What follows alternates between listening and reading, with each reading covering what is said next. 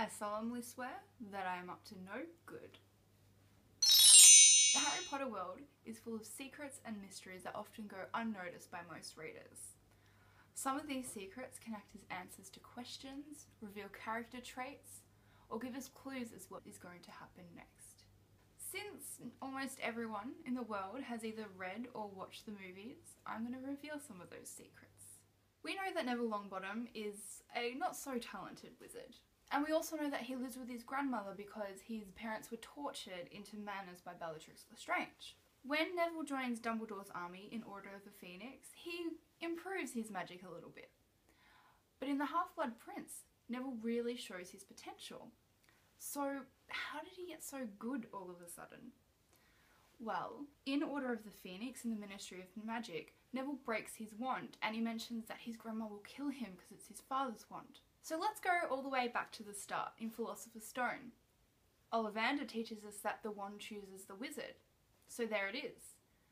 Neville never had a wand choose him.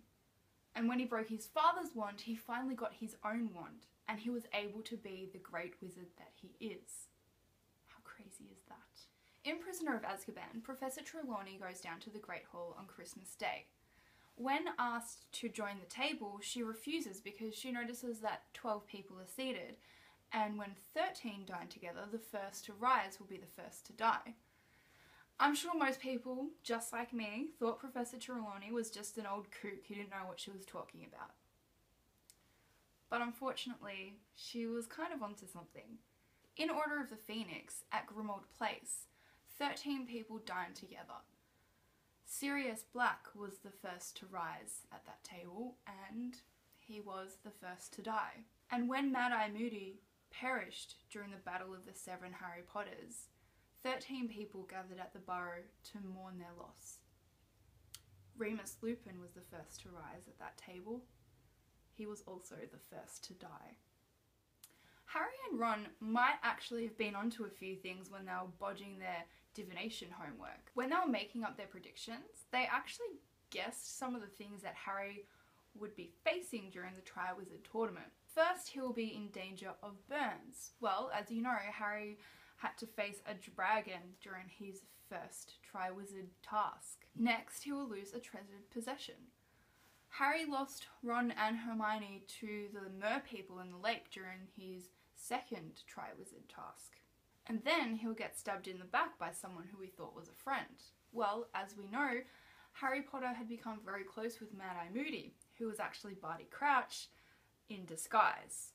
So yeah, he kind of got betrayed by Barty Crouch. And then he'll come off worse in a battle.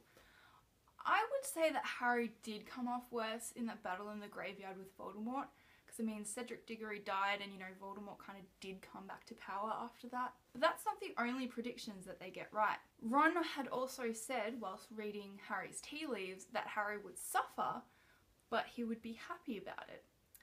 Well, in the Battle of Hogwarts, Harry decides that it's time for him to give himself up to Voldemort. He knows that he's going to suffer at the hands of the Dark Lord, but he's still happy because he knows that by doing this, he's going to save everybody. Professor McGonagall is so badass that her Patronus is herself in Animagus form. She marched towards the door, and as she did so, she raised her wand. From the tip burst 3 silver cats with spectacle markings around their eyes. Okay, sorry, I was wrong. Her Patronus is actually 3 of her in Animagus form. Harry Potter and the Philosopher's Stone was published in 1997 in the UK and 1998 in the US. The Battle of Hogwarts happened around 97 and 98, which gives us a total new meaning to the phrase, "I open at the close." So this last one is a bit more of an impossible fan theory, but I think it's kind of cool. Some people have sort of alluded to each Harry Potter book being a Horcrux, that J.K. Rowling had left a bit of her soul in each of them, and through the books, part of her will live forever. And it's a really sweet sentiment until you remember how Horcruxes are actually created. You need to kill someone to create them. Sirius Black, Dobby, Lupin, Tonks, Fred, Snape, and Dumbledore Well, I hope you liked the video, and I just want to give a shout out to the people of the internet, because I definitely didn't figure these things out all by myself. And if you have any that you would like to add, put them in the comment section. And as for now, mischief managed.